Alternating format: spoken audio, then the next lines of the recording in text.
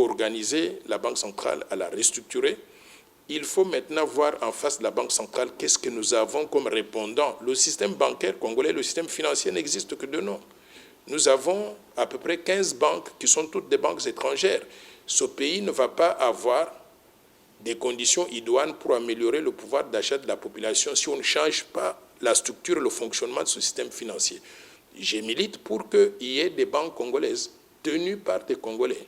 C'est-à-dire, quand je dis Congolais, des banques où il y a l'actionnariat non seulement des privés congolais ou des entreprises privées congolaises, mais il peut y avoir aussi une combinaison de ces privés-là avec l'État. L'État doit jouer le rôle de catalyseur. Dire simplement qu'on laisse le secteur privé opérer comme il veut, l'État ne peut pas intervenir. Or, le secteur privé n'a pas de moyens. Ça veut dire c'est manquer de vision. Donc, on doit repenser la structure, le fonctionnement du système financier pour faire entrer les Congolais dans les capitaux des banques. J'estime qu'il faut mettre l'homme qu'il faut à la place qu'il faut.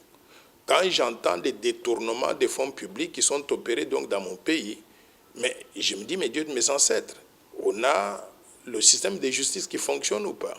Il faut arriver à mettre la main sur ceux qui détournent les fonds publics, qui amènent ce système de mauvaise gouvernance-là, les mettre devant la barre, les juger, les condamner, les foutre en prison. Ça va donner donc un effet d'entraînement pour le reste. Et enfin, il faut relancer les activités du secteur privé.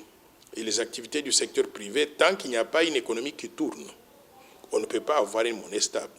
On va avoir une monnaie stable et la stabilité du cadre macroéconomique lorsqu'on va avoir une économie qui produit, qui exporte, qui gagne de l'argent et qui crée des emplois et des opportunités pour le peuple congolais.